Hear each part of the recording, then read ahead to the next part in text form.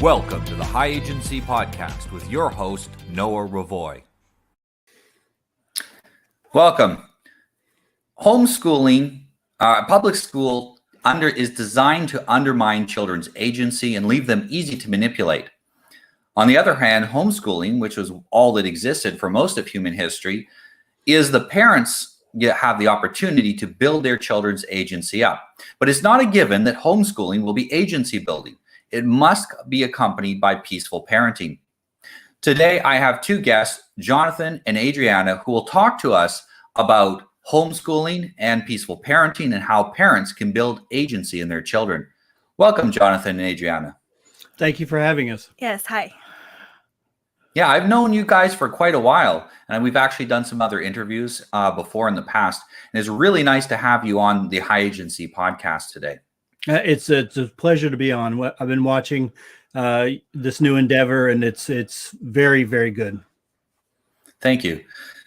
Perhaps you could, you had some interesting things you wanted to start with that you wanted to talk about. A little bit about, I think it was the history of education.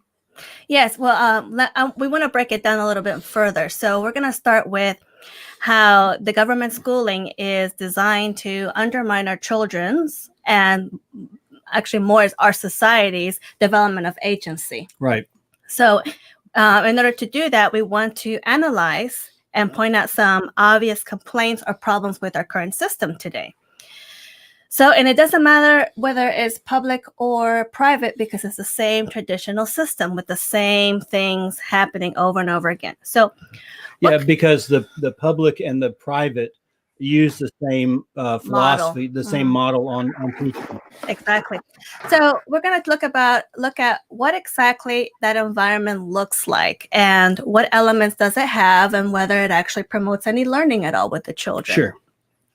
So first we'll start with that it has these rigid structure and schedules. Right? Children are in this environment for 8 hours a day, some with extracurricular activities. And of course, the younger children have half a day. Still is time away from the parents. And it's a structure and it's a schedule where they need to follow a certain time, go to the different classrooms, the different activities. It's all dictated to them. They have no input in the matter. But and they're earmarked by a bell, right? Yes. Every time there's a bell, you have to switch classes or whatever. Right. It's authoritative. So you have a teacher who has absolute control and pretty much tells and devises the rules that everyone is supposed to follow. Mm-hmm. And their authority comes not from a familial relationship or the fact that they have an agreement with you. It comes from the fact that they've been appointed there by some other entity. Even if you are in a private school, they're still licensed and appointed by the state. Right. And that's by design, but I'll get into that after Adriana. So, and also the children need permission for everything. They need a bathroom pass. If they go to the bathroom, they need permission if they need to get up from their seat. They need permission to maybe get a hall pass to go somewhere else. I mean, they have to basically ask their authoritative figure if it's okay for them to do something. Right. So. But they're supposed to be responsible. Right. And of course, they have no freedom to make any choices. They don't have a say whether they want to do history right now as opposed to math. No, it's all dictated to them how their day is going to go. Mm-hmm. They don't, if they're interested in something, then too bad. We're not here to deal with your preferences. We're here for all of us to do what the authoritative figure has planned for that day. Also, like you mentioned, the bell, it's a chaotic and stressful environment. So they hear the bell, it's time to switch. So it's chaotic because they never have a chance to focus on anything. They have a set time of 30 to an hour to one subject. And maybe some kids are finally getting into the subject for those who like that particular subject. And then the bell rings and now you have to unfocus and go to the next thing. Right. But a lot of times that they're not invested on that particular, whatever it is they're learning. It's more like we're doing this, then you're going to distraction with the bell, go to the next thing, right. distraction with the, go to the, it's really not. And there's really no real learning going on except for maybe a few minutes. And so it's basically wasted all that time dealing with crowds of people. Yeah, because it's mostly all that time of the long schedule is to manage students, really. Right. And that's what makes homeschooling more efficient. But please. I remember in public school that we had hour-long blocks in my public school, and we had about supposed to have 50 minutes in the class and 10 minutes to switch classes. That was easy to do if there's no one in the hallway, except they all changed classes at the same time, so the hallways are packed, and getting from one place to the other was quite difficult. But of the 50 minutes, the first 15 was the teacher trying to get us settled, and the last 15 was her trying to get us prepared to go. And if we were lucky, we had 20 minutes out of the hour where actual teaching could occur. That didn't mean we were actually going to get any teaching, but some of it could theoretically occur during that time.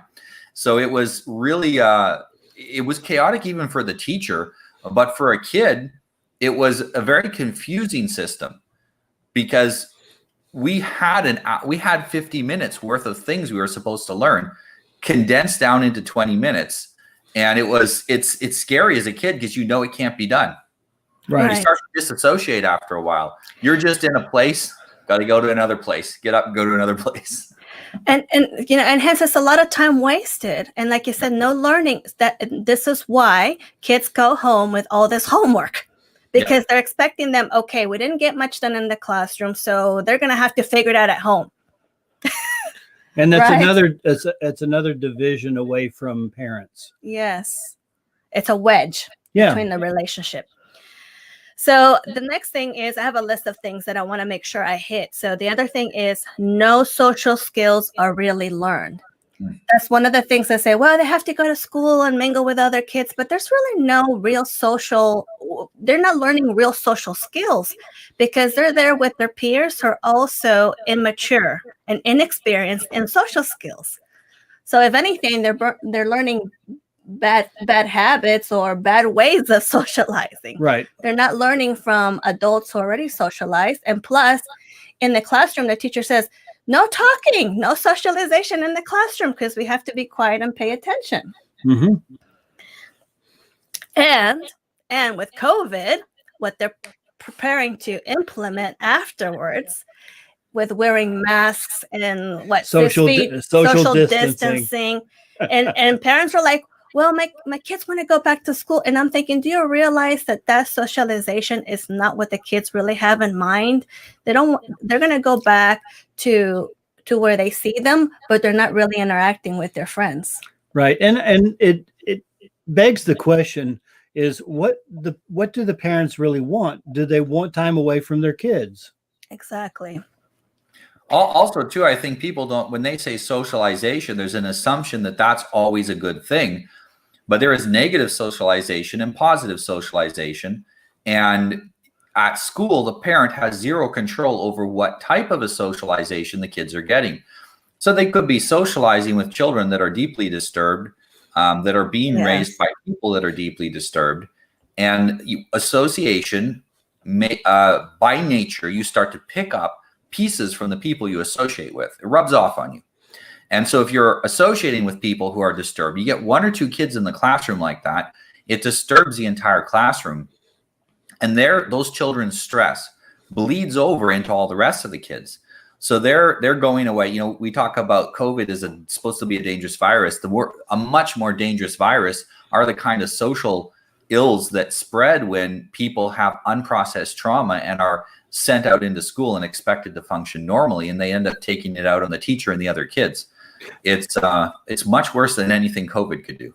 Oh yeah. Yeah, especially when parents are not equipped to parent or are really bad at it and expect the schools and the teachers to pick the parenting for them. And they're not going to do that anyway because the teachers are in there to get the kids to obey. And to complete the curriculum. That's right. Because they're in a time crunch where they have to complete curriculum to pass that test every year. They're not going to teach them the proper methods of conflict resolution and these type of skills that a parent would have time to do. Exactly.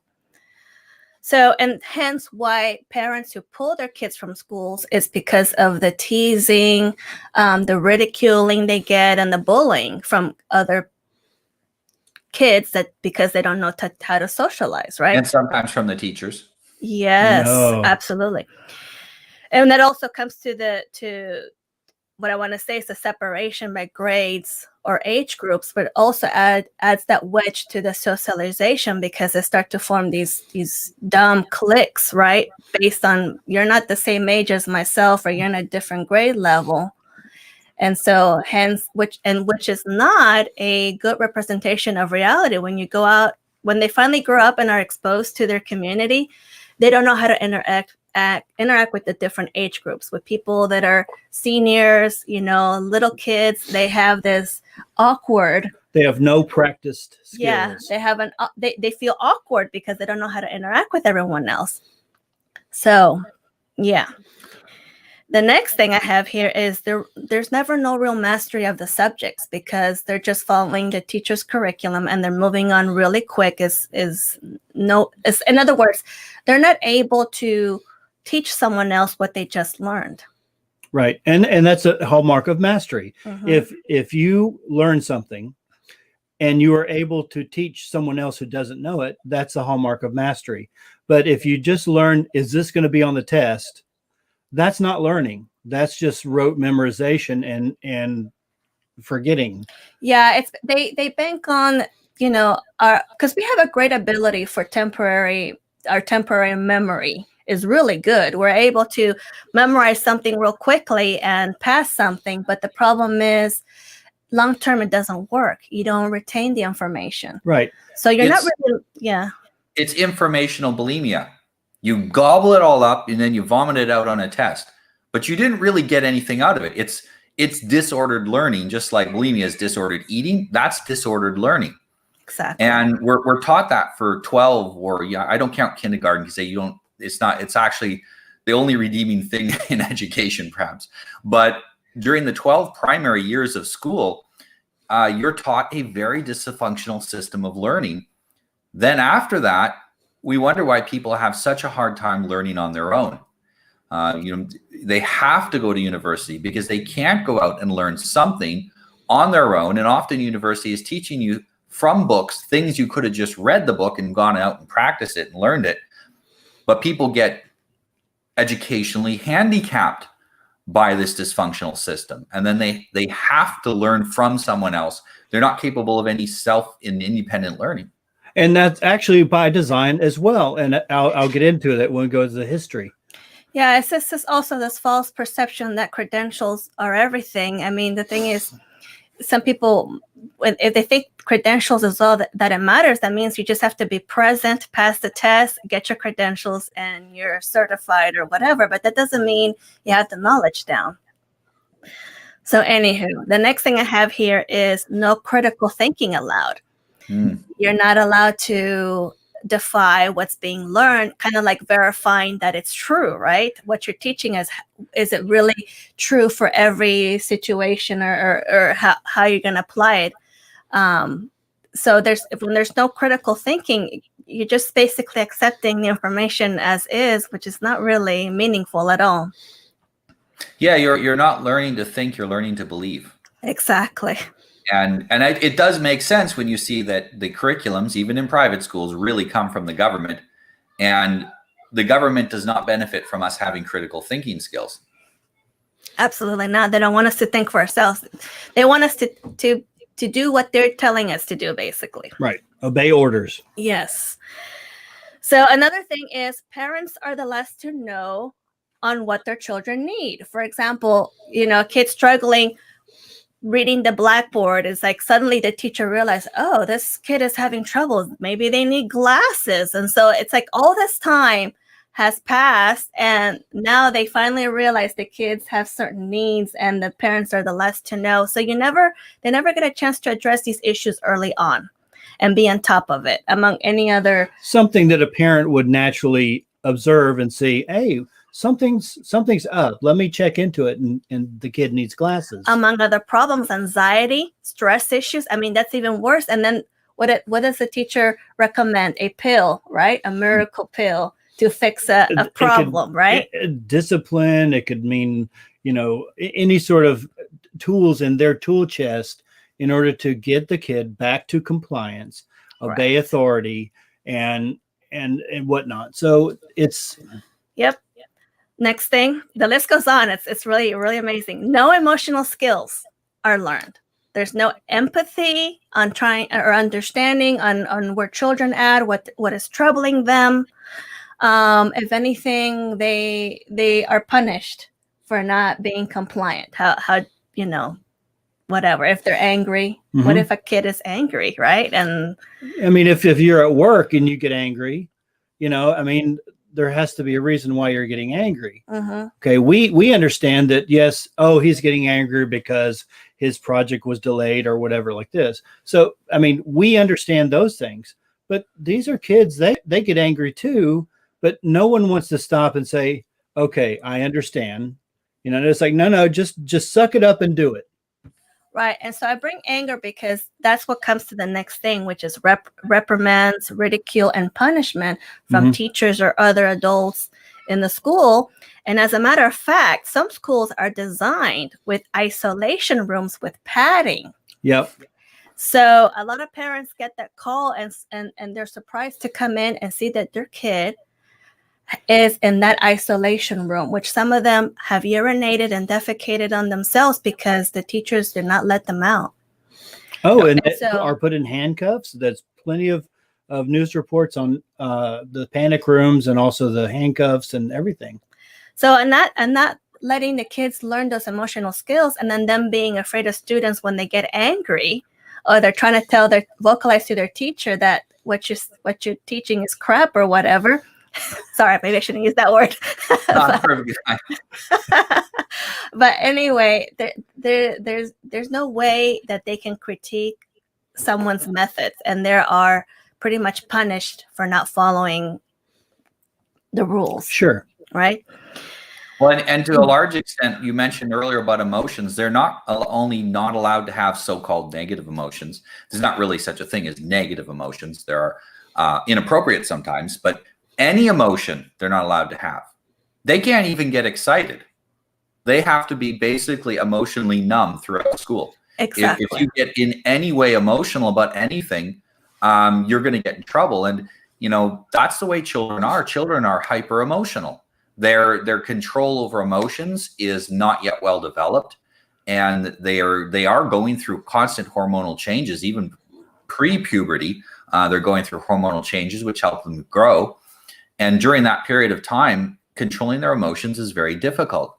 And it takes a lot of care and consideration for children to let them grow up in such a way that they don't learn to numb their emotions, and yet they're able to control them. We have a society today where men can't get really, truly angry about things. And we know this because they keep pushing us. And some of us men, we go, how come nobody's getting angry like me? And we look around, and 95% of men or 98% of men were conditioned during this more than a decade of school that getting angry is an unacceptable thing. You just can't do it. You're not allowed to do it. And it brainwashes people into being unable to express their healthy and protective emotions. It is one of the worst outcomes from group education that we have today. Sure. It's the negation of the righteous indignation. And it defangs, our society. It defangs men, where they can't champion a cause unless it's something that, is approved of. It leaves us vulnerable to dysfunction, basically, right. to become accepted by society and become the norm. And so basically all emotions are valid, and children need to learn how to process them and how to, understand them and eventually control them. And that is a long process, and it needs to start early on, Yes, it's a process. It's practice. Our daughter who's 11, she has to practice her emotions. And do we get angry with her for that? No, because we tell her, says, look, you're in training, right? And so we're training you and teaching you how to manage your emotions. You know, we understand that our patience level is an adult patience level. You have a patience level too. And we have to acknowledge that your patience is a lot less than ours, but you will eventually get there, and we're going to help you learn how to have patience. And that's really the proper response on how to teach a child to learn to grow to be an adult and have patience. And exactly, because what we have now is children are instead of being taught how to process and manage their emotions, are being taught to be agreeable.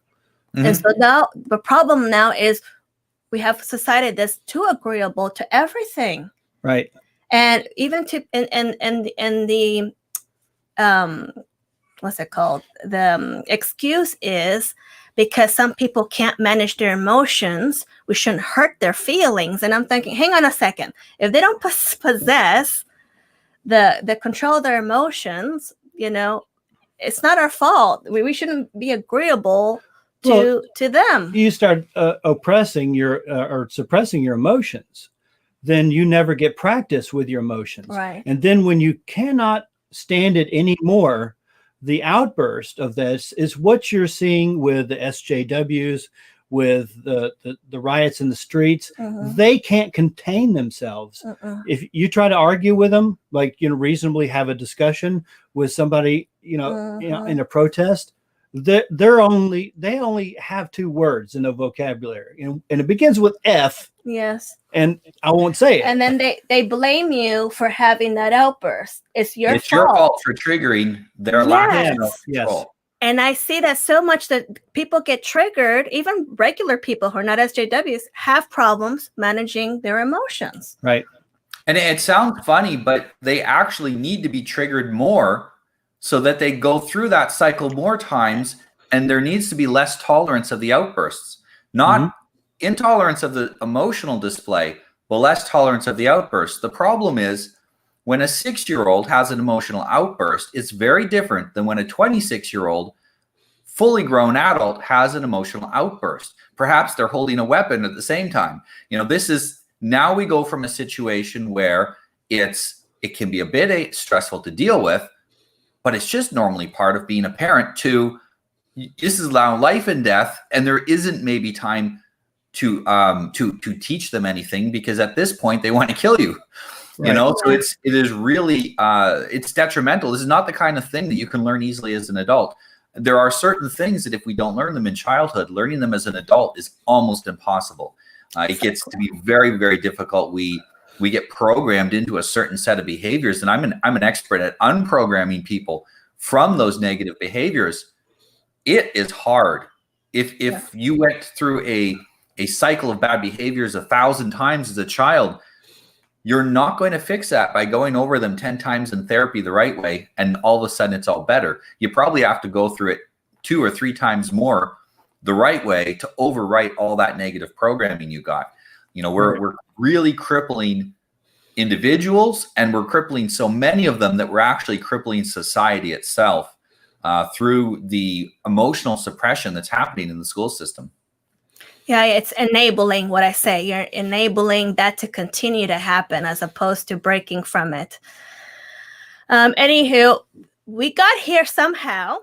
And Jonathan is going to talk about how we got here with this system, this lovely system, right? Well, yeah, it's we always say, you know, public school, but it's really the compulsory state-run education system. It's become the traditional system, right? Right. It was founded on the Prussian model and the Prussian principles laid out by philosopher Johann Fichte in the 1700s. Now, one thing about Fichte is he saw that the Prussian military, who was crushed by Napoleon, he saw that the reason why they failed is because they thought for themselves.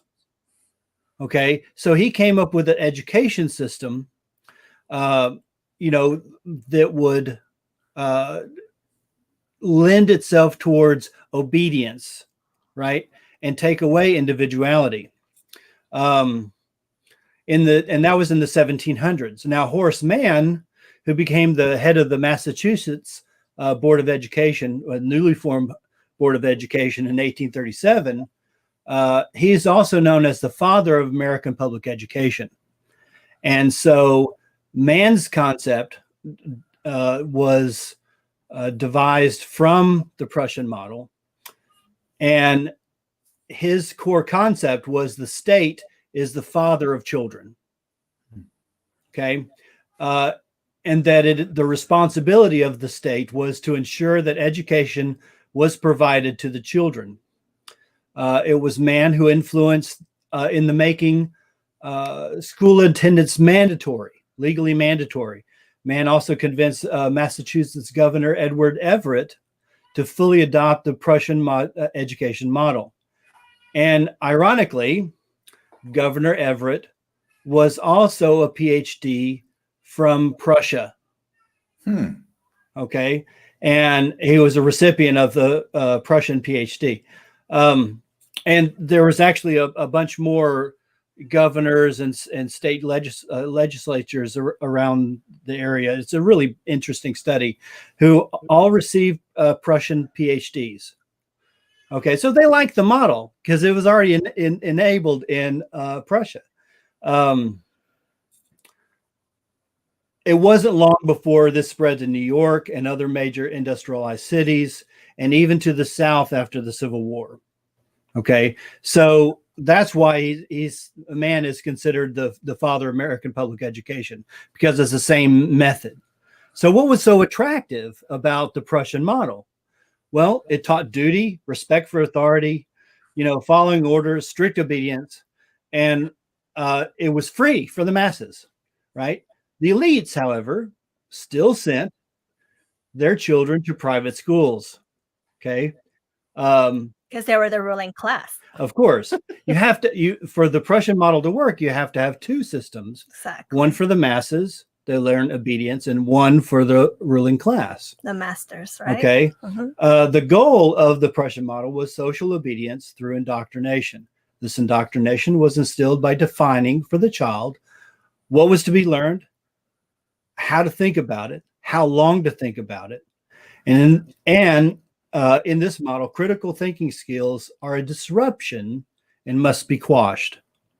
Fichte is quoted as saying, I'll read this, education should aim at destroying free will so that after pupils are thus schooled, they will be incapable throughout the rest of their lives of thinking or acting otherwise than their schoolmasters would have wished.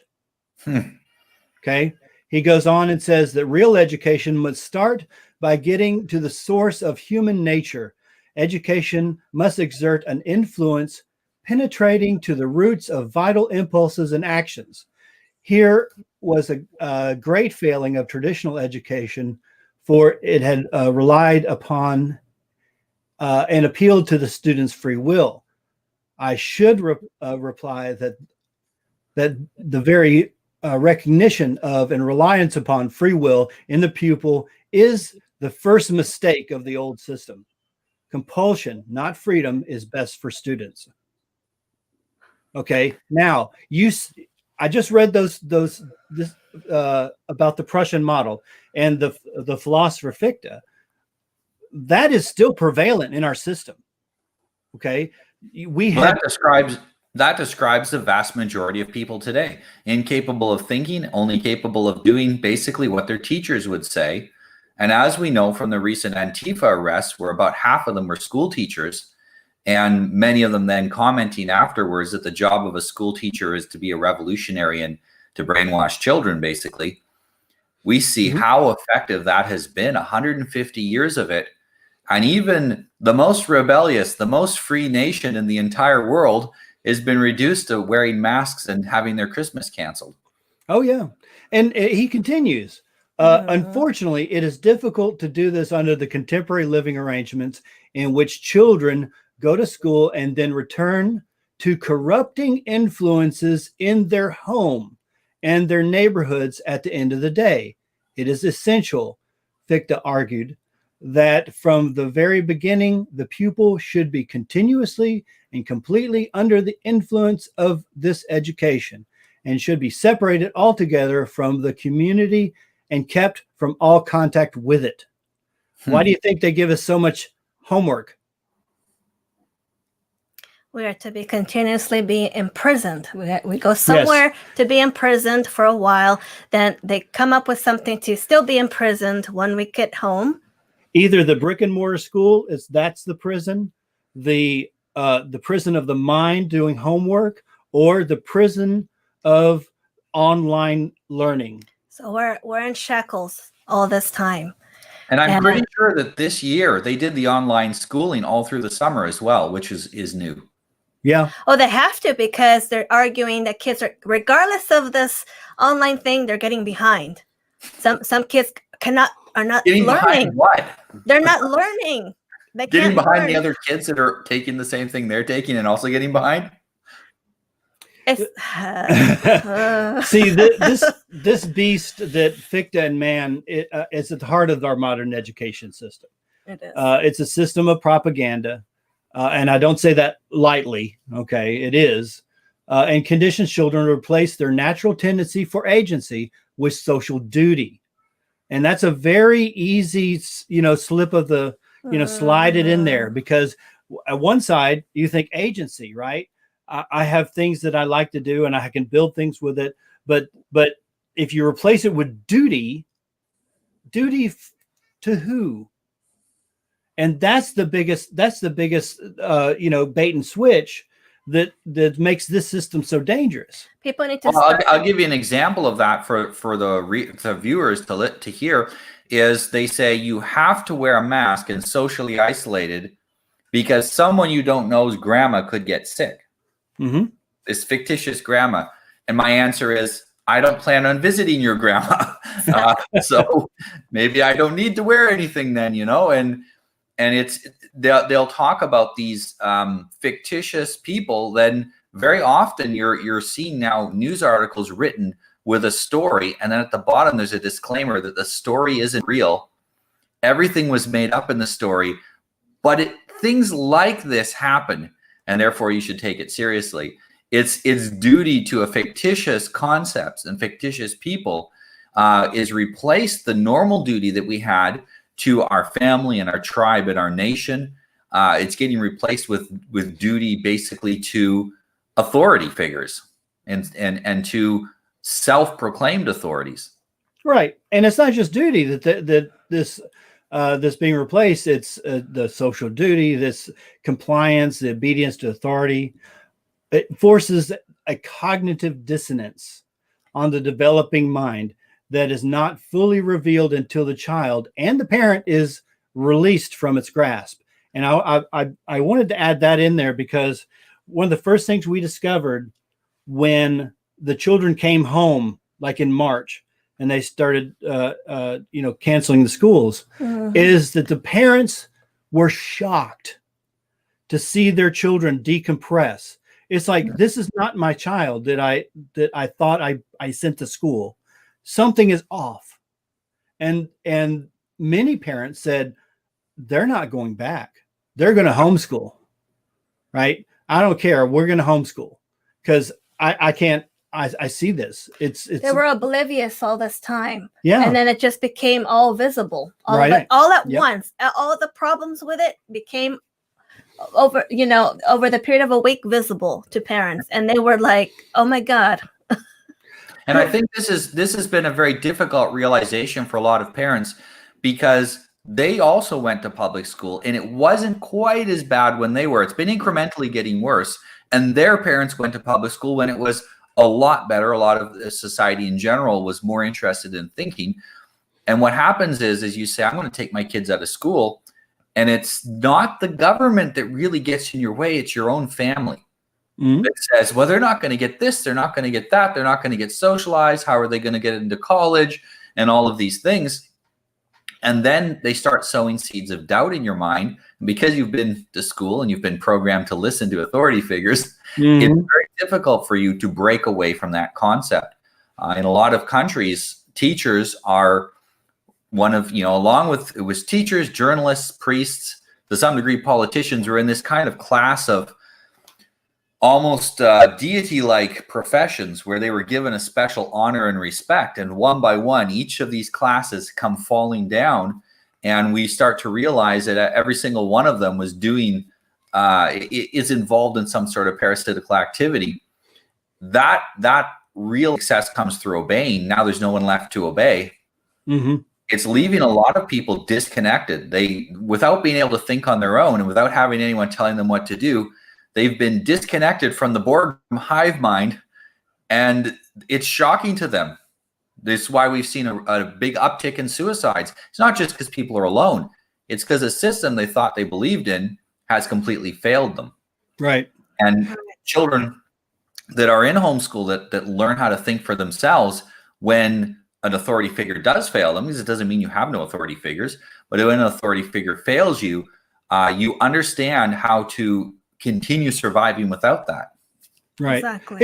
It's a leadership syndrome. It's like somebody attaches on to somebody who is considered a leader, and then when that leader screws up, they're lost. And they don't know. And the thing is and when I talk to a lot of even right wingers about education, they're kind of trapped in this whole duty thing also, because they're a product of the public schools. And so they misunderstand duty and responsibility with agency. Exactly. But we know where it comes from. Their own conditioning in the victim man system. Okay, they think that the right way to teach children is to stuff their bodies in uniforms and maintain an industrialized adherence to the 3 R's. Right? Developing real agency is different. So really, they need to discover responsibility and duty on their own. They can't be told to discover responsibility and duty. That's the difference. And the thing is, a lot of people say, oh, children are really pliable. You need to show them everything. It's like, no, they have their own natural sense of curiosity. They're able to learn things on their own. All you really have to do is guide them, because otherwise you strip them of their agency.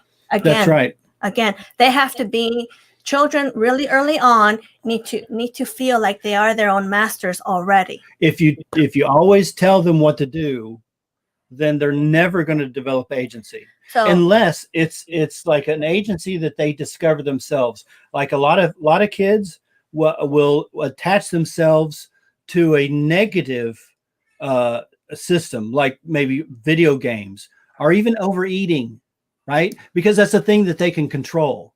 Right. Well, that's what almost all people with eating disorders say. So anorexics, they say that it gives them, it's not that necessarily they think they're too fat. It's something they can control in a life where they don't feel they have any control. Exactly. And anxiety is a result of not having things in your life that you can control. So Absolutely. You can't control your life, and that's fearful because in the future, your lack of ability to control your life is going to be disastrous. So you get this generalized anxiety. You're not sure what it's about, but your future won't be good until you have your own agency and you can control yourself. For a lot of children, it's hard to explain this to people using the psychology. But imagine that you said to your child, no, don't get up. Stay in the bed. I'll get you everything. Here, let's put this machine on you that will move you. We're going to move you around. You don't need to move for yourself. We'll move you around. What would happen? The body would atrophy. The bones wouldn't grow properly. The muscles wouldn't grow properly. Even psychological development is inhibited by lack of physical movement. Another problem with schooling, obviously, sitting in a desk all day. But the child would become severely physically stunted. And in adulthood, there's no overcoming that because it already happened. They've been stunted. And to a large extent, that's what school does to us, but psychologically. Right. It stunts our growth, and it's very hard as an adult to overcome that. Right.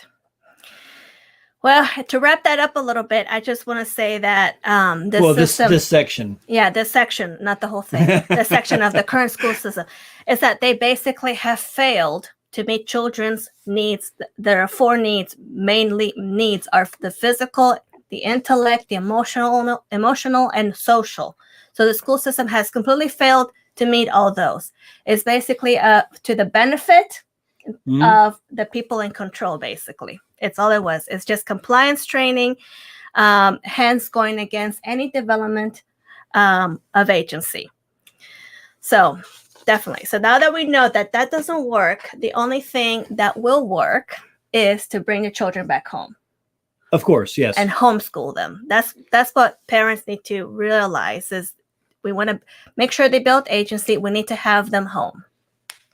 So, because there's no other way. You have to break away from that failed system and start anew. Because that's the one thing that they wanted to take away from children is the sense of family and community. Right. By design. Exactly. It's because whose benefit? People need to ask whose benefit is this for? Right. It's not for us. It's for the state. It's for the state. And it benefits them for us to be compliant. This is not our definition. This is not our ideas. They themselves say this. So it's not a conspiracy when the people that found it say this. And I have heard things like this repeated by school administration. And actually, in the last 20 years or so, when I was involved in educational reform and consulting, there was a lot of people complaining about this from within the school system. And many of them got very frustrated and ended up leaving the school system because you can't straighten something that's that crooked. Right. A lot of parents think they can give the kid 2 or 3 hours a week of extracurricular activities. I'll put him in a sport and playing an instrument. Yeah. And yet those things are good. But a proper diet doesn't need enrichment. You shouldn't need enrichment. Enrichment should be the diet. It should be rich in nutrients. And replacing that garbage diet of the group schooling with the healthier diet of homeschooling, that is what helps the kid to grow to their full potential. Exactly. So it actually what's going to help build agency. And Jonathan, you talk about agency. What is that to break it down for people? Okay, I'll define it the way I understand it. And Noah, you're an expert too in that. But the psychological definition is the degree to which an individual has the ability to make decisions about their life. To have agency means to have control or the feeling of control over your life and the decisions that you make. Basically, am I free to make rational plans and decisions for my life? And do I have the ability to control and direct the outcome of those decisions? And I put it even more simply and says, can I do it? Can I own it? Hence, I'm responsible for it. And the agency is comprised of 2 things, a sense of agency and a sense of ownership. The concept of high agency implies that an active organism who desires, makes plans, and carries out actions. Low agency is hallmarked by a disassociation or an ambiguity between ourselves and the things we do or have done. So, and I could go on, but do you want that sense of disassociation is really important. They don't need to actually take away our agency. They just need to convince us that we don't have it. Yes. Correct. Absolutely. And that's why I said because in the definition, it's either you have agency or the feeling of agency. Because if you have the feeling that I am in control, then eventually I can get to a place where I am in control. Okay. Yep. It's that practice and training of yourself or even your children that you can learn to control things in yourself if you're allowed, right? But anyway, again, to use an analogy, there are people that have psychological paralysis, where they believe they cannot move, and because they believe they cannot move, they won't. And that belief is so strong that it actually has physical symptoms. And when the belief is overcome, they're able to move again. There's physical or there's psychological mute people as well that can't speak or they can't hear or they can't see. And it is purely a trick of the mind and a very strong belief that they don't have power over themselves in that way. And it's very, very quick to get control over people when you can convince them that they're not in charge anymore of their life, but you are. And that you can undermine a person's agency almost overnight. That's actually one of the main keys to inducting people into a military, to interrogation techniques. They're all about taking away the person's control over every aspect of their life and then putting that control into a command structure. There are times when, for short periods of time, that is useful and actually can keep you alive, but that's not a way to live your life. Right, of course. And but as far as raising children is concerned, I mean, you're not going to put them through a boot camp. No. Even though there's some parents I've talked to that they actually think that would be a good idea, but we know we have mountains of evidence. And in child development, low agency is commonly associated with an abusive environment. The harsher the environment, the lower the agency is developed. Exactly. Operationally, low agency within an abusive household can be a survival mechanism. However, it makes no sense to always be confronting a harsh caregiver that dictates everything you do. Right. It is easier to just go along with what they have to tell you. The result of this is that we are conditioned to do what we're told. We are stripped of a developmental stage where we start to practice agency, and yet we're told to be responsible by the same abusive caregivers. We also know that the abusive environment affects brain development, specifically the posterior parental cortex, as it is being responsible for self-recognition. Right. So basically, you're erasing somebody. Yep. What do you mean by an abusive environment? I know, but just for those who are listening to know. Well, to put it simply and have people kind of look up adverse childhood experience studies that was conducted by Kaiser Permanente and continued by the CDC. And we've got 50 years of data on that. And you can go and take the a free online ACE score, and there's a question of 10 questions, a questionnaire of 10 questions, and you can actually go down the line and see what your score is. And then you can see what it means. And they're very highly correlated between number of ACEs and even health problems, even early death.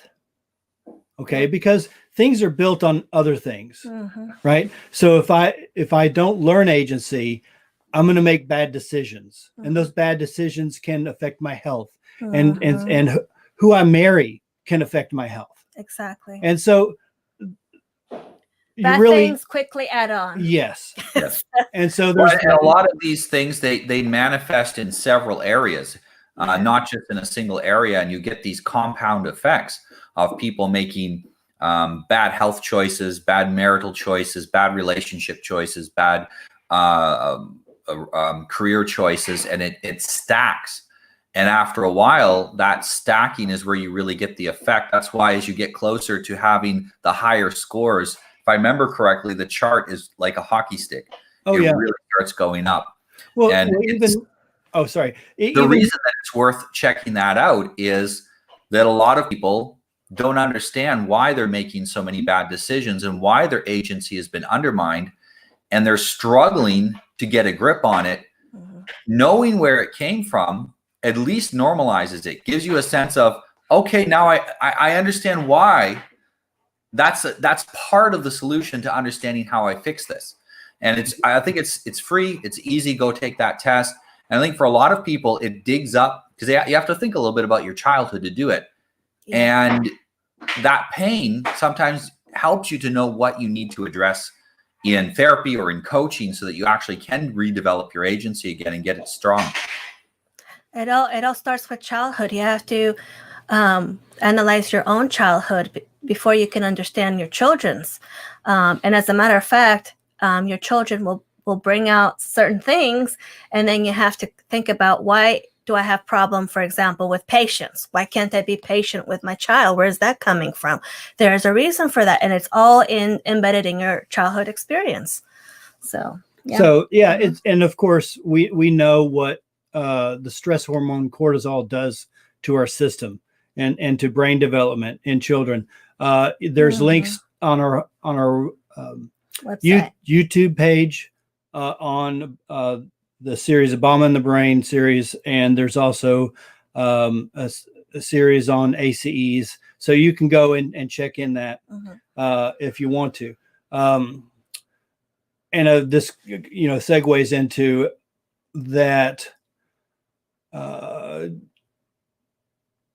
What another thing that does not develop in high stress abusive relationship is creativity and imagination. Absolutely. Okay, if you're under a major amount of stress and you're stressed, maybe you're going to get hit or something, like yelled at or something, you're not really thinking creatively. You're just thinking about survival. Exactly. Okay? And hence why they are first responders, right? yeah. Those guys are trained to work under that kind of system. Right. But it's not conducive to being creative or imaginative. Is more survival, right? Trying to save a person. Well, sure. But see, those are adults who are trained to handle that amount of stress. Exactly. And not be able to operate in stress. And that's what they do with soldiers. But the adults know that they're going in to go though that, so they prepare themselves. If you're a child and you don't know where your next meal is coming from, right? Okay, because they're completely reliant upon you. Yeah, they are. As a parent. And so if parents would just put themselves into their child's mindset, yes, and be the parent that they wish they had when they were young, we would take out a lot of problems right there as far as stress and creativity. And to quote John Taylor Gatto, who is a school teacher who broke free from the system and became outspoken about it, he says that, in my experience, there's probably a lot of geniuses, but we don't recognize them. No. And so homeschool. I very often have brilliant clients who are frustrated that they're not hitting their full potential. Yes. And so they come to coaching to figure out what is getting in the way of them hitting their potential. And normally when we dig it down, it comes back to unprocessed childhood trauma is causing them to behave in a self-defeating cycle. And they're basically doing to themselves what they had gotten used to their parents doing to them, is at any time they took a step off the path of normality, which you have to do as a genius. If you do everything everybody else always did, you're not a genius. The genius is the one that tries something new and very often fails, and eventually finds out which way of those new ways works. And for a lot of geniuses, they have been told failure isn't acceptable. You're not allowed to do it. And because of that, they're stuck in this loop of not being able to use their potential. They know they can do more. And they often even struggle to do basic things that everyone else can do. And it really dig that back. It comes down to, it's not the unprocessed trauma alone. It's those buttons that were installed in them that other people are pushing and allowing them to manipulate them. And it almost always isn't the individual in a vacuum. It's when that individual interacts with other people. That's what's stopping them, because they were poorly socialized by their parents. They were poorly socialized through trauma, that the only socialization they had was traumatic. And it's uncomfortable for them to have normal socialization. So it is extremely common. These things are holding people back. Absolutely. Exactly. So, Adriana, do you want to continue? Because I'm done with that section. Okay. Yeah. I'll want to point out that basically you have to bring your kids home. Okay. And it's not just homeschooling. It's every aspect of their life that actually takes into play. And there's actually two things that you can work on as a parent. There's an internal aspect and an external aspect. And the internal aspect is what I see is captured via building a healthy child-parent relationship. Yes. Okay, is being able to practice peaceful parenting, having a healthy, engaging experience with them. Because you want to get to know your kid. You want to know what they like. You want to know how they learn. You want to know these things. Those are private. Those are internal. And so you have to kind of open that child out of their shell. Mm-hmm. And you need to discover, oh, this is the type of human being that I have. And based on their interests, now I know where to take them, where to help them to go further. Sure. Right? Reach their highest potential. So we actually have videos and podcasts that talk about what peaceful parenting is. So yes, is that it doesn't mean that you let your children do whatever they want to do. No, you actually are a more effective parent by guiding them and teaching them, as opposed to disciplining them. You're actually teaching them to self-discipline, which is completely different. When I talk to men, I talk about in about parenting. Usually, I give a reference to mentoring. Yes. And I tell them to consider the mentor of a sword master. And so how they would teach the mentee to operate. Now, he has to teach them certain skills, but he can't stress them out because they're dealing with dangerous items, right? And they need to practice a lot. So how, and because you can't get them discouraged, right? But you have to bring them up to a point where they want to do certain things. So they have to ask the question, what's in it for me? Right. Okay. And we have some videos and podcasts on what's in it for me, because I think that's a key on teaching agency, because there's a close tie between agency and motivation. And right. we have some information on that as well. Now, the other thing I want to touch base is I hear a lot of people on their ideas on how to raise kids with high agency, whatever. They mention the word trivium, okay, which is the study of grammar, rhetoric, and logic. You can't just pop a curriculum textbook that talks about trivium and teach children that way. You can't do that. It's through the parenting. It's through the engagement that you do that. It's too abstract. And plus, if you were to wait for, say, a high schooler who is ready for the abstract, it's already too late, because they need to have practiced all this time what that really means. So with parenting your kids, you're actually teaching them problem-solving skills, negotiation, reasoning skills, all these things through the different levels of their development. See, here's a really good secret that most people don't know, especially when they're saying, well, I'm kind of on board with this, blah, blah, blah, but I don't know about when they're in high school and middle school, how am I going to teach them? Because I don't know, right? They don't remember. And that's a valid concern.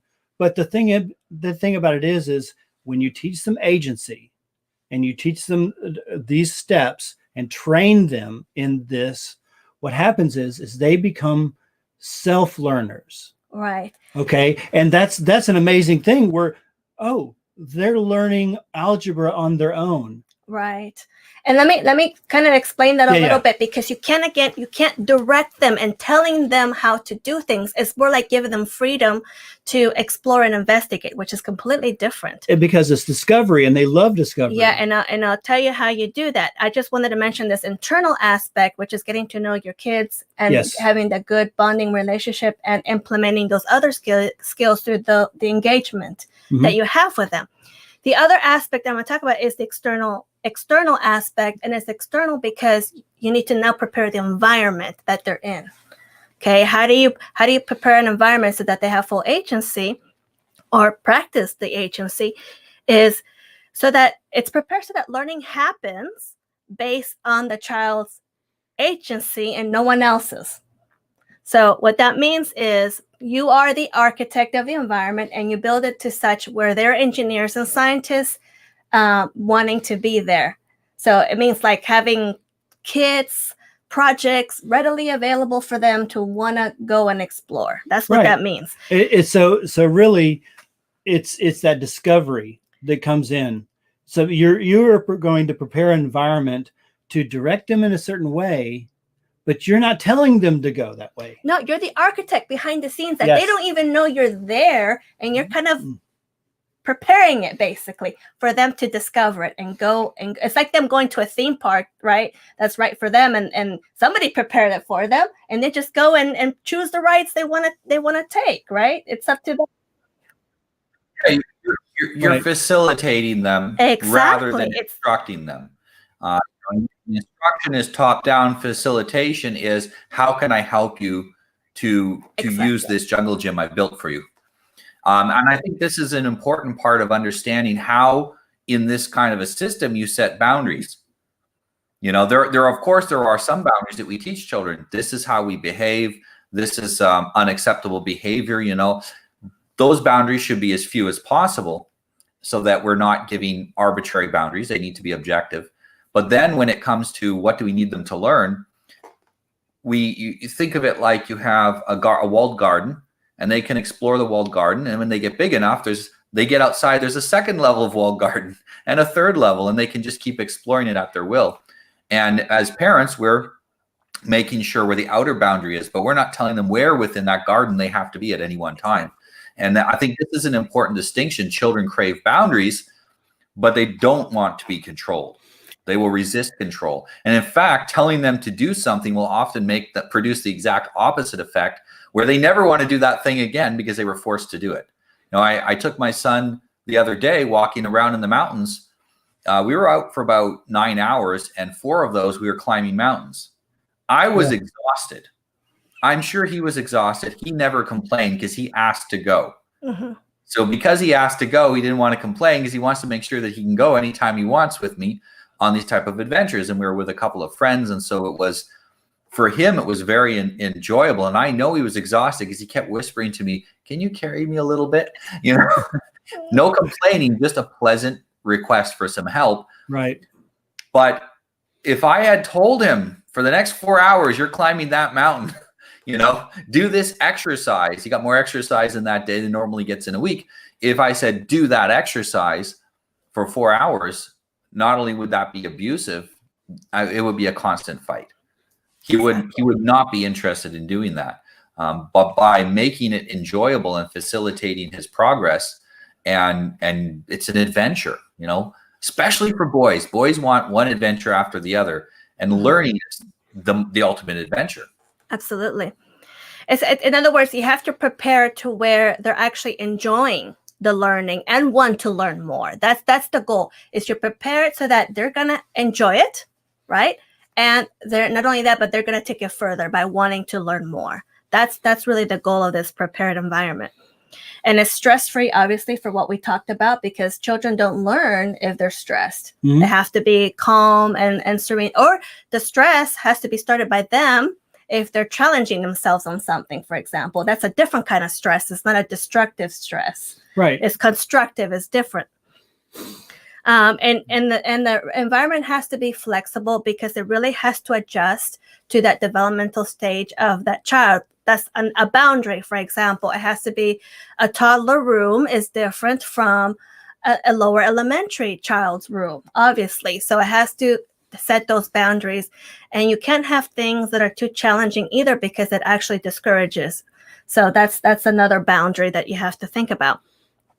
And of course, it's dictated by, in other words, it's based on what children are ready to learn, dictated by their brain and physical development, obviously. Well, even though you talk about a room, Mm-hmm. but setting the environment could be as simple as putting a library book on the coffee table. Yeah, that's basically what I did. I brought resources. I didn't even say what they were. It was more like a she can discover it on her own. And sometimes she never picked it up. Other times she picked it up and got interested. She picked up most of the time she picked all of them. She rarely did not pick a book up. So anyway, but yeah, and you have to take advantage of those windows of opportunity, because those are optimal for example, like a children, when they learn how to walk, there's that window of opportunity. If they don't learn how to walk during that window of opportunity, it's actually really lost. Yes, you can try to teach them how to walk later on, but it's extremely challenging, and they're not really going to work normally because they kind of miss it. It won't never be a smooth thing that they actually master. Mm-hmm. It's always going to be a problematic thing. So same with the other windows of opportunity, like reading, writing. You have to make it to where they're taking the opportunity and not miss out on it. Right.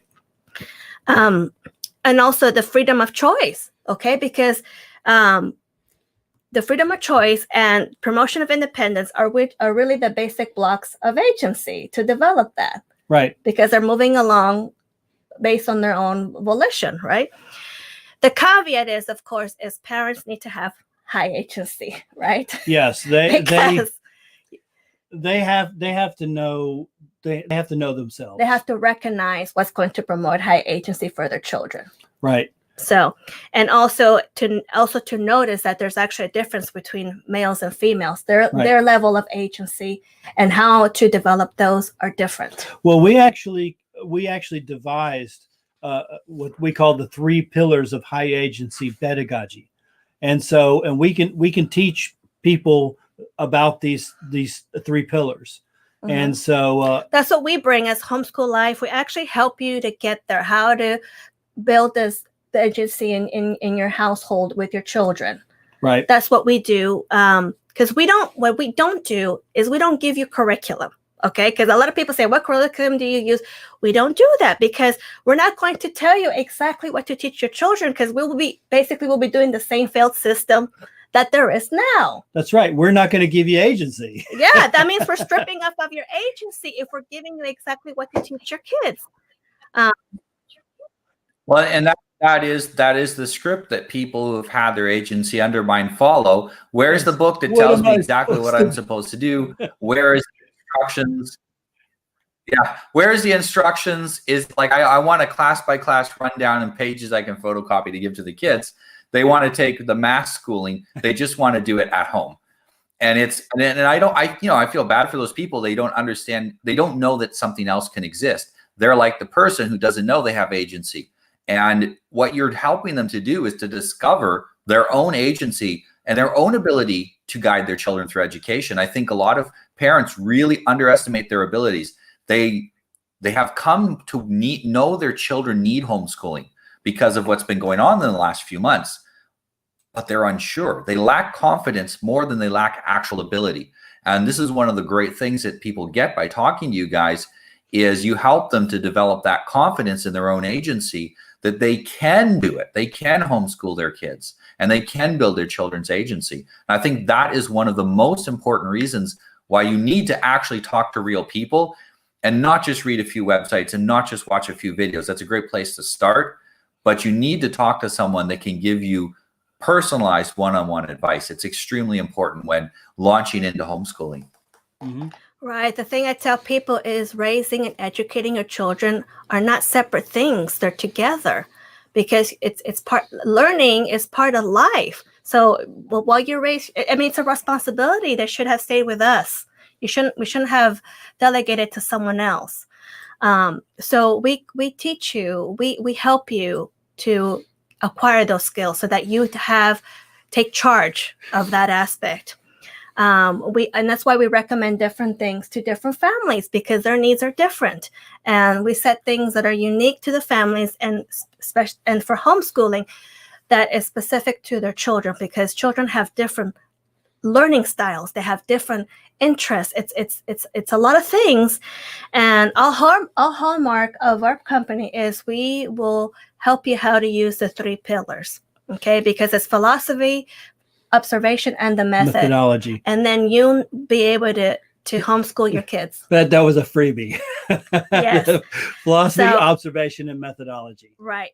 But there's more that goes along with that. You have to also know about the developmental stages of kids. You have to know because you're not just meeting the intellect anymore. You're meeting the physical, social, and emotional. It's a full rounded aspects for the kids to build agency and be healthy. And this is not hard to learn, but it's you need practice at it Yes. to the on the observation and philosophy and methodology. But the thing is we understand that your children are your legacy, and their development should not be the work of strangers or hired hands, right? In public school. Right. Okay. Peaceful parenting is the conveyance of your family's virtues, your values, your skills, your knowledge, traditions, and culture in a method that produces agency and courage. Parents are the mentors and guides of their children rather than the dictators and tyrants. Right. And if you're worried about academics or whatever that have to do with the intellect, there are actually better ways to implement it, not the way that you've learned it in the school systems today. There's a completely different way where your kid is able to choose those subjects on his own. Yeah. And learn things. And you don't have to worry about them being behind or ready for certain things. So, yeah. You mentioned something interesting. You mentioned it's also the passing on of culture. And I think this is something that is extremely important because it gives us a continuous tie to the past and a way to tie ourselves to the future, and gives us a kind of stability. It gives us an anchor in that we belong to a culture, we participate in a certain culture, we're part of it. And that's a common behavioral language that we have with other people in that culture. And in schools now, they undermine Western culture. They say that Western culture was abusive, it is colonial, it was destructive, or they'll even talk about modern aspects of culture, saying that, the consumption of the kinds of foods that our ancestors always ate for millennia is somehow destroying the environment now. And that we are, by earning money, you're actually an evil capitalist and all of these things. And what happens is it undermines the children's roots. Of course. They lose their connection to the past and to their to the greater culture. Perhaps they still have their connections to their parents and their grandparents, but they lose it to the greater culture. And when that happens, it makes them prone to being manipulated by people that want to put a substitute culture in there. And so you'll see very often the schools imposing their own kind of strange multi-letter people culture on children that is foreign to them, that is strange, is not comfortable to the children. But since their own culture has been undermined and their parents haven't taken it upon themselves to pass that culture on to the children, they're easy victims for this. And it's really a sad thing, and leaves a lot of children disconnected from anywhere that they can get help. Because remember, one of the pillars of pedagogy is philosophy. Now, if you put in the Fichte, the Johann Fichte's philosophy, I mean, he basically says that in which children go to school and then return home to corrupting influences. I mean, that's the core philosophy of the Fichte man system, the Prussian model, is that they viewed culture passed on by generation and generation to be corrupt. Yeah. You cannot escape that. It is the core philosophy of the public school system. So it's designed to destroy that, basically. Exactly. So now again, you can have that system be effective in teaching, but you're not going to pass on the culture. You're not going to pass on these elements of agency and courage and a clear thinking and questioning authority and all these other things. You're not going to have it because it's not designed that way. What, like the society that we have today? Like the society we have today. So if we want to change the society we have today, we have to go with something entirely different. And so the opposite, really. So the benefit is, well, I can't homeschool and everything else like this. But if we push homeschooling, right, or even private school, that's fine. But to cut off the state, because every state education system is about propaganda or devolves into propaganda. Now, if you want to stop the corruption that we consider corruption in the school system, like like we have been for 30 years talking about the sex education and all the degeneracy and stuff like this. Homeschooling is fantastic because even you basically shatter the influences that are happening now. And if one parent wants to teach their kids about all this stuff, fine, but it's not a teacher doing it to 30 children. Exactly. Okay. That way once we have that fractionated, then whatever is the best will come out on top. And our system is the best. So what we're promoting, if you want kids with the highest level of agency, there's no other answer but homeschooling. Because all the others are going to just be maybe a level or two higher than the traditional school system, but not the full high agency. Well, even the best private school system, they're going to do it by the numbers, the bells, everything else like this, that you can't question authority. They're going to have minor improvements, but not really the full circle, the full scale improvements that we're actually wanting to in order to change society, right? Yeah, exactly. So and all private schools are, they're not necessarily funded by government, although there are private schools funded by government as well, using the voucher system. But all private schools are licensed by the government. You can't just take a building, fill it with kids and teachers and say, I have a school now. Right. You have to pass government regulations. And what they're regulating is whether or not what you're teaching is compatible with what the nation or what the government considers to be education in their terms.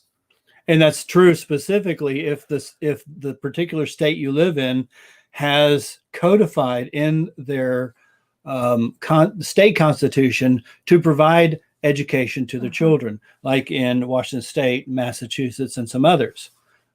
Right. I've actually promoted for quite a few years that we need a separation of education and state, the same way that we have a separation of church and state.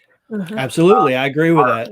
Our right to educate our children needs to be without government interference. Correct. Not just in the sense that they no longer have a say over what we're teaching them, but that they no longer get involved with the regulations of schools, just like they don't regulate churches, that they don't get involved in the funding of schools as well, because that corrupts it. It's not because the church would corrupt the government or the school would corrupt the government. It's because the government corrupts any institution over which it has authority.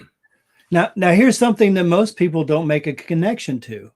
And if we start homeschooling more and more, then the chances, the justification that the state has to tax our homes and our property taxes goes down. In other words, they lose their justification for property taxes because, and of course it varies by state to state, but for the majority, almost all property taxes go for schools, and almost all schools are funded by property taxes. Yep. So if you're worried about where your money is going, the best way to have control of it is for it to be in your pocket. So if we can abolish property tax, which homeschooling is a very good vehicle for that. And now that we've woken up to wanting to homeschool, it's like, I think in Wisconsin, there's like a 700% increase in homeschooling. It's around there. But the thing is once we've established and promote homeschooling, then what we can do is say, okay, you state don't get our funds anymore, and we're going to absolutely own our homes now. Exactly. You have to remove their reason to tax us. That's right. And so, I mean, heck, if a bunch of people can get together and burn down buildings and have police departments defunded, surely we can do something like this. The more civil part of the population trying to tell them that we don't need their public service anymore, right? So public education. Yeah. And of course, once the property tax is gone, what you're not going to have is people's homes, old people's homes being seized by Mhm. government liens. Yep. So, Exactly. I mean, there you go. Yep. Government education facilities and the defunding. I think this is going to happen at the university level. There's already a lot of support to withdraw government funding from universities.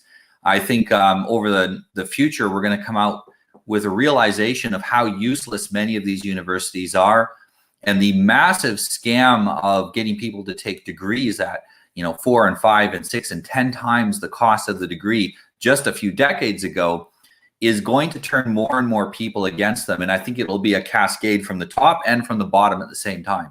As the universities become defunct, we're going to see more and more people not wanting to send their children to school. A 16-year-old might be able to handle going to high school and being isolated during the school day, but you can't do that with a 6-year-old. Right. Mhm. I don't see how you're going to get a 6-year-old to wear a mask. No. And you couldn't get my 7-year-old to wear a mask.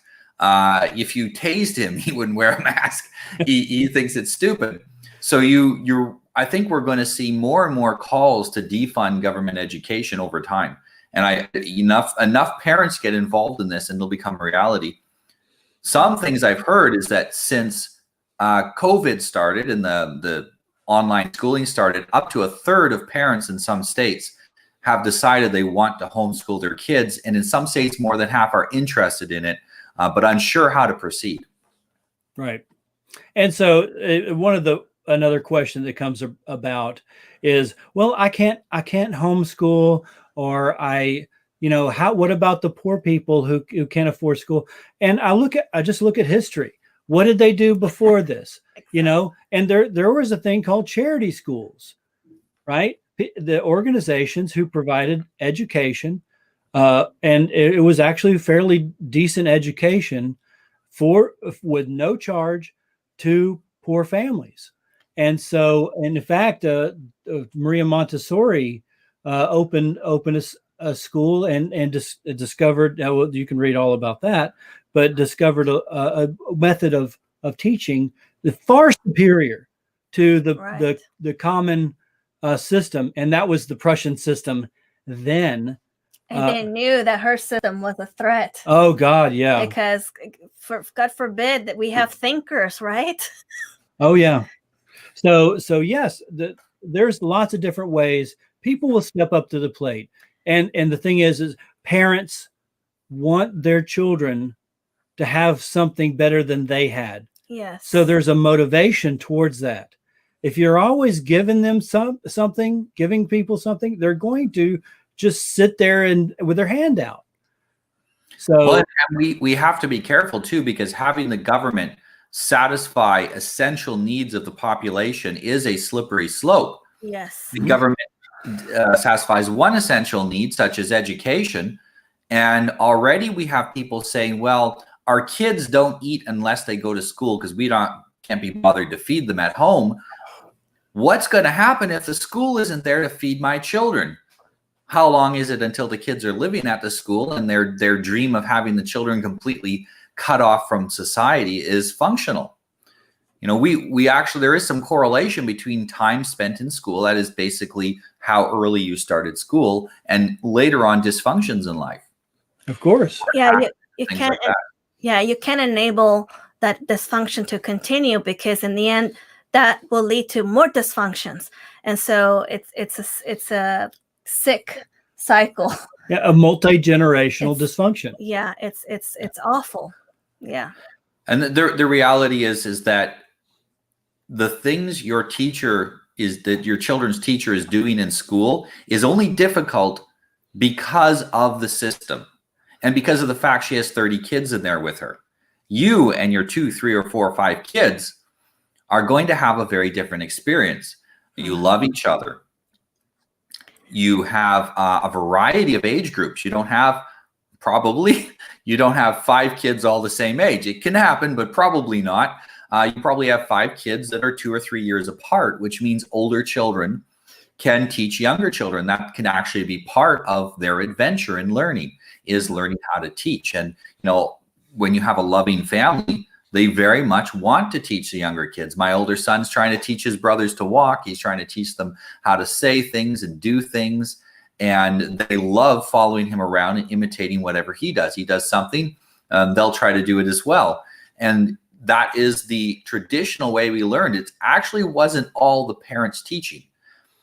A lot of it was you teach the oldest kid who teaches the second kid who teaches the third kid, and then along in a chain like that. And once we start having more homeschooling families and we go and connect, I absolutely suggest anyone who's homeschooling, connect with local homeschooling families. Yeah, you may not like all of them, but find some that you like, that you get along with, that have ideas similar to yours, that aren't just doing mass education at home, but ones that are really homeschooling, and start to get your kids together. Right. If they have older kids or much younger kids, that's not a problem. There is a huge advantage to having younger kids for you as a child to teach. And I honestly think a child can learn more from a mentor that's 3 or 4 years older than him than he can learn from his parents sometimes about the things that they're learning in school. Because how long has it been since we were in grade school? I don't remember anything specific from grade school. I remember the fights, and I remember all the negative things that happened, and sit in the boring, mindless hours. But most of it I was completely disassociated from because it was so boring. Well, one of the major advantages of having a homeschooling community and making those connections is not what you expect, but what it is that you can actually vet people who are going to be around your children. Exactly. Precisely. And you also get through the vetting process, you get to know families one-on-one, right?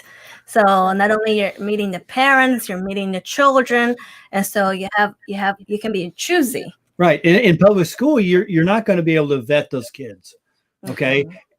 Go ahead. Or the adults, or even the adults your children are around. Yeah. One of the things that I really appreciate as I'm gathering a larger and larger group of people around me is that my son is having an opportunity to watch other couples get along. He's having an opportunity to see other men and other men who are masculine but are not me. They're a little different, you know. They don't treat him as their kid. So he can't hit my soft spots that he knows and gets away with things when he's dealing with other guys because they don't have that soft spot for him. He gets to see other women, other feminine, beautiful women, and how they interact with their husbands. And this sets a priority or an expectation for him of what kind of life he wants to have. Just watching your parents gives you a very narrow view of the world. When you get a chance to watch many families interacting with each other, you can pick what you like from each one and say, this is what I'm going to try to create in my future. Mm-hmm. A lot of people today, they're growing up, they're getting into their 20s, and they have no prospects for marriage. And part of that was because their parents never raised them with other healthy families. They went to school with people they couldn't stand, so they're not going to find any romantic options there. They went to university with people that were just there to have fun. And now they're out of university and they're working in an environment where nowadays you can't ask anyone out at work, you get Me Too'd. Mm-hmm. And they're completely stuck with that. Uh-huh. And it is my goal to raise my children in such a way that they're surrounded by potential good mates. They know them all their life because they're the children of the kind of men and women that I want to have in my life. And that's hard to do when they're at school for 8, 9, 10 hours a day. And my daughter, she expects me to, as the father, to vet her potential mates, her potential husband in the future.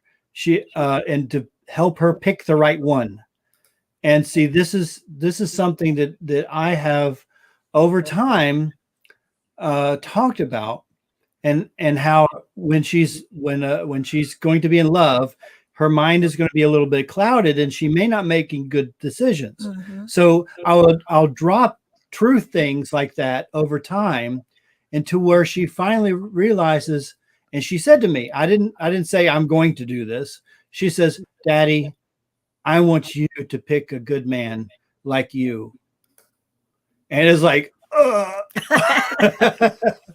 You know, so the thing is when you mentor in a certain way and they discover it on their own about a virtue, it's an amazing experience. You know, it's a lot of work trying to control people all day, you know, and that's not how we raise children. No, it's not. No. You have to give them, in other words, you have to give them the freedom. You have to allow them to have that free space to discover the world in their own way, because they're going to have questions, like lots of questions. And how pleasant you make that, the way you answer those questions, how pleasant you make that experience to be, the more they'll come to you for other questions. So yeah, be prepared to be open, to always, you know, come to their rescue and to guide them and all that. So yeah. Yeah, I think it's a refreshing and wonderful way to look at parenting. And it's not just, as you mentioned, educating your children is an aspect of parenting. It's one of the facets of parenting. And it's really unfortunate that so many people have farmed that out. It's the equivalent of farming out conversations with your wife to some gigolo you pay to have to talk to your wife. You know, it sounds absurd, and it would have sounded absurd to tell our ancestors 250 years ago that we're going to send your kids off away from home almost all day long, and they're only going to come back for you to just before nighttime, and they're going to be full of homework to do. And I remember in school, you know, I would leave in the wintertime in Canada. I would leave, it was dark. I'd get back, it was dark. I never saw the daylight. One of the biggest joys when I started to do homeschooling partway through my education was being able to go out at 1 o'clock in the wintertime and actually see some sunlight and catch a few rays of sun, and remember that I was, you know, not living in the Arctic Circle during the winter time. It makes a huge difference. School doesn't adjust at all to the needs of children, even in these seasonal things. You're stuck in school. You're not getting out, you know, until it's time. So it is really refreshing to see this. And for a lot of parents that are struggling, mostly struggling with their own self-confidence, they can go and look on your website. I'm going to put it in actually, it's already in the description below. If anyone wants to look, you can see it there. And get in contact with Jonathan and Adriana, and they will help you. I think you guys do sessions as well, don't you, as people? Yes, we do sessions. We do them together, unless it's specifically requested not. Okay. But we have, and that's homeschoollife.net. We have YouTube with our articles and podcasts on there, and that's Homeschool Life LLC. We have our Twitter of obviously Homeschool _LLC. We have our Patreon if you want to donate to us for our work on this. And we're also affiliated with the Tuttle Twins. Oh yes, we just been affiliated with the Tuttle Twins. I had a really good interview with the illustrator, fantastic individival, and very impressed. I mean, I bought the Tuttle Twin books like 3 years ago. You know, and so they've gotten better. They've gotten actually some middle school stuff as well. Yep. So check them out. Check us out too, because we have a lot of podcasts and videos on the things that we mentioned. Anything like stages of development. I mean, the whole thing about even Montessori, if you want to know what that is. Right. And even we talked about us, right? That's true. Who we are. And so I actually recommend people watch the videos, listen to the podcasts, and while you're doing that, get a notepad and paper and make notes about things you want to ask Jonathan and Adriana when you do an interview with them. You don't go in there and go, help, you know, you have some constructive things to ask, and they'll get you the most out of the interviews. And to be clear, the podcast that we do is basically a lot of unscripted stuff, just conversations between Adriana and myself. And so we found that that's the most effective for our style of putting information out there. We get a general idea, and then we go in and present that Yeah, what we show is our dynamics, because it's what we recommend for wife and husband to be on the same page when it has to do with raising and homeschooling the children. You both have to be on the same plan. I mean, you started homeschooling, and then I started homeschooling when I retired, and to start this business as well. But also, you're an electrical engineer, and I'm a retired electrical engineer, and at some of our background, and I've done other things as well. But I also was a instructor at a college back about 20 years ago. But the thing is I've been around. We've been around. We know what we're talking about. Yes, being engineers, we're used to doing a lot of research. We're always trying to find the latest things on education or raising children. So we're pretty knowledgeable in that, and we can definitely help you on where it is that you want to improve on, for sure. No, and I think one of the real important aspects is for people to observe how well you guys communicate with each other and to see that relationship dynamic, because homeschooling is now re-adding an aspect of parenting back into the family, which does put some more demands on the parents. Yes. It's completely within parents' ability scope, but it does add some more demands. And when the couple is working well together, that makes a big difference in helping the couple to meet up with those demands. It's a lot easier for you to parent your child successfully when you can have pleasant and peaceful conversations about how you're going to do it. It's hard to be a peaceful parent if you're not a peaceful spouse. Exactly. Right. And in fact, peaceful parenting, if you just start that, you will slowly migrate into peaceful relationships with your spouse. It actually expands, and even to for self-work on yourself, peaceful parenting on yourself, so that you can overcome those traumas from your childhood. So absolutely. Well, thank you very much. It's been an hour and a half, which is a good time now for us to break off. It is such a huge topic, and this is why you've put out so many videos about it. And it is a topic that is definitely worth parents investing into. The more time that you spend investing into finding out how to homeschool, the lower your stress level becomes. A lot of anxiety about it is due to a lack of knowledge. People are lacking in information about it.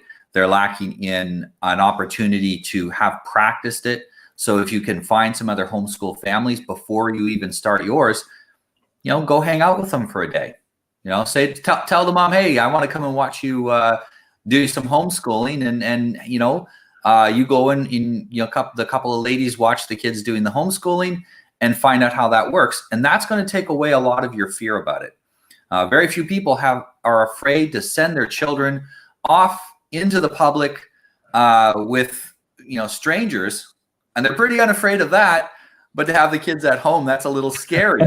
It's exactly the opposite of what it should be. And it's just because we're not used to it. We do have our kids home all through the holidays, all through the summer. We don't kill them. They don't kill us. Nobody dies. Everything's good. You'll notice when kids have the opportunity, they do all kinds of cool things in summer. I remember building things, building little cars. My wife, she said she used to build little go-karts, gravity-powered go-karts. I used to build forts in my backyard with split logs and all kinds of stuff like that. And actually, all of that, when I started doing homeschooling, I had so much more time for that. I actually started a business about a year after I started homeschooling. I was still a kid. And within a year, I was making more money than both my parents put together, because I had the time to go out and take a really crazy and wild risk that other people didn't have, that other kids didn't have. And my contemporaries were sitting in school learning about algebra, and I was out making actual money. It's they're learning how to add their money together, and I'm actually making it. And I got to a point where I thought, at some point, I'm going to be hiring you to work for me. Yes. Because I'm so far ahead of you. And can you imagine the wonderful creativity and power in society that would break out if only a third of parents switched over to homeschooling? It's almost at those numbers. It's Yeah. almost at the third. Yeah. I mean, in some areas it is, in other areas it's not as much. Mhm. But it's really encouraging. I got really excited when I started seeing this aspect. I mean, I thought it's going to be really, the pandemic started, but it's like this homeschool movement that just fell in our laps. And so, yes, excellent, exciting. Yeah, exciting times. I'm really looking forward to 2-3 years down the road. I really want to see some good changes there. So yeah. Yeah, and I think we're going to see people fall into this routine of homeschooling. And I don't know anyone that did homeschooling for more than a year and went back to school afterwards. So it tends to be a one-way street. And as we get to a critical number, the kids that are being homeschooled will excel so far beyond the children that aren't homeschooled that the difference that it creates makes it so that parents that want to have their children raised, the world's a competitive environment, they want to have their children raised as well as the others, they'll start moving into homeschool. Some of my fellow coaches were saying that the new mark of high society will be that your children didn't go to school. Yes. And when that happens, this will be success. You have an attractive wife, a bunch of children, and none of them go to school. and you work for yourself, and this is a shift from the economic displays of wealth that people have had in the past. And the reality is that homeschooling your children directly enriches you and your children in a way that can't be compensated for with money. No, exactly. It strengthens the parent-child bond. Instead of peer bonding, it's bonds between parents and child. Yeah, and that lasts a lifetime. Right. And if you see, some parents now are saying, "Oh, my kids really want to go to school," that means that their peer bonding was a lot stronger than their parent bonding, and that's really sad. And when I see that, I'm thinking, I guess those parents don't realize what's going on. Well, when I see that, what I think is you're going to end up in an old age home, and they're not going to want to come and visit you. There's a lot of parents that get abandoned by their children. And if you look into the way they parented them, or you speak to those children, there's usually pretty good reasons why the children don't want to see the parents anymore. It is not a natural outcome when you have a good parent bond. The natural outcome is they want to be around you, no matter how old you get and no matter how busy they get. And having more and more children going back into homeschooling again, that will also heal the damages that we've had to our society and to family. And I think we're really seeing this great divide that a lot of people have been talking about for years. And part of that divide will be those who homeschool and those who don't. Yes. Thank you very much for joining me today, Jonathan and Adriana. It's a pleasure. Thank you. Okay. And I recommend everyone to go and have a look at their website. All the links are down below. Take a look at their videos and contact them. Even if you just have a single session, it's going to help build your self-confidence and help make it easier for you to give your children not just a homeschool experience, but the very best homeschool experience. Thank you very much, everyone, and have a good day. Bye-bye. Bye.